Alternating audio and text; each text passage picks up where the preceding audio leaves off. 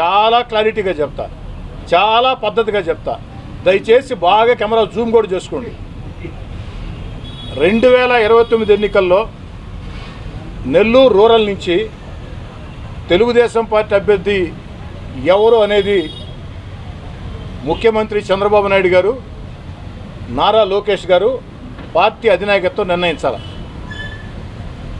అయితే ఓ శాసనసభ్యుడిగా నీ కోరిక ఏమిటంటే, ఓ శాసనసభ్యుడి భార్యగా మీ కుటుంబంలో కోరిక ఏమిటంటే, ఓ శాసనసభ్యుడి కుమార్తెలుగా వాళ్ళ కోరిక ఏమిటంటే, నేను కానీ, నా భార్య కానీ, నా కుమార్తెలు కానీ, నా ఇద్దరు అల్లుళ్ళు కానీ, నా వెంట నడిచే నాయకులు కార్యకర్తలు కానీ, నెల్లూరు రూరల్ తెలుగుదేశం పార్టీ కుటుంబ సభ్యులు కానీ, నా సేవకులు కానీ అందరూ కోరుకునేది వచ్చే ఎన్నికల్లో, అందరూ ఆశించేది వచ్చే ఎన్నికల్లో కోటమిరెడ్డి గిరిధర్ రెడ్డి ఎమ్మెల్యే కావాలా అన్నది. ఇది మా అభిప్రాయం. నిర్ణయించేది నేను కాదు. కాబట్టి చంద్రబాబు నాయుడు గారు, లోకేష్ గారు మాట్లాడి కోటమిరెడ్డి శ్రీధర్ రెడ్డి పోటీ చేయాలంటే చేయాల్సిందే. కోటమిరెడ్డి గిరిధర్ రెడ్డి అంటే గిరిధర్ రెడ్డే. లేదు కోటమిరెడ్డి సాయి వైష్ణవ్ అంటే కోటమిరెడ్డి సాయి వైష్ణవే. వీళ్ళు ఎవరో కాదు, మరొకరిని పెడతామంటే మేము సిద్ధం. దానికి ఎలాంటి అభ్యంతరంలా. అదే మహిళా కోటా కింద బీసీ రిజర్వేషన్ బీసీలకి మేము ఇయ్యాల ఆలోచన ఉంది.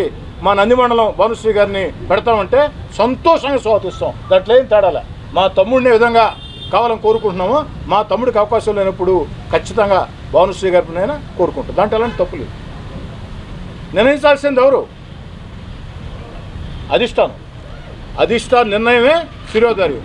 మీరు అడిగారు కాబట్టి, మా అభిప్రాయం చెప్పన్నారు కాబట్టి, గుండె లోతుల్లో నుంచి మీరు పదే అడుగుతూ ఉంటారు గుండెల మీద చేసుకొని మళ్ళీ సగం వదిలేశారంటేనేమో గుండెల మీద చేతులు వేసుకొని చెప్తూ ఉన్నాం. దాంట్లో రెండు ఆలోచన లేదు. మా అందరి ఆకాంక్ష వచ్చే ఎన్నికల్లో కోటమిరెడ్డి గిరిధర్ రెడ్డి ఎమ్మెల్యే కావాలని చెప్పని. దాంట్లో రెండు ఆలోచన లేదు.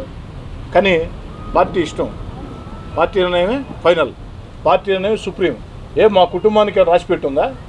బయట వాళ్ళు రాకూడదా? నెల్లూరు రూరల్ ఏమన్నా మా కుటుంబానికి రాసిపెట్టుందా? మాదేం మాధవరావు సింధియా ఫ్యామిలీ కాదు, మైసూర్ మహారాజా ఫ్యామిలీ కాదు.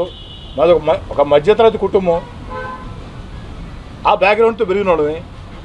ఈరోజు కాస్త జీవితంలో ఆ బ్యాక్గ్రౌండ్తో పెరిగినా కాస్త అన్ని రకాల కూడా స్థిమితంగా ఉన్న వ్యక్తులని.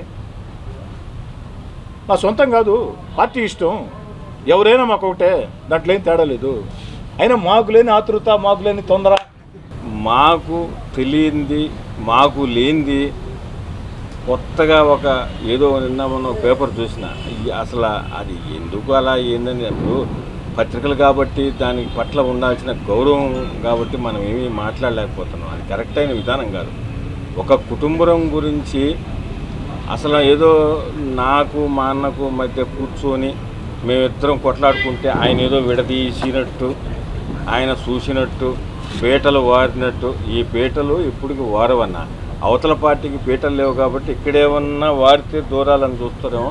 అది అనవసరమైన తీసుకొచ్చి దాని బదులు వేరే మ్యాటర్ రాసుకుంటే అడ్వర్టైజ్మెంట్ అయినా ₹4 వస్తాయన్న. అంతవరకు చెప్పగలను.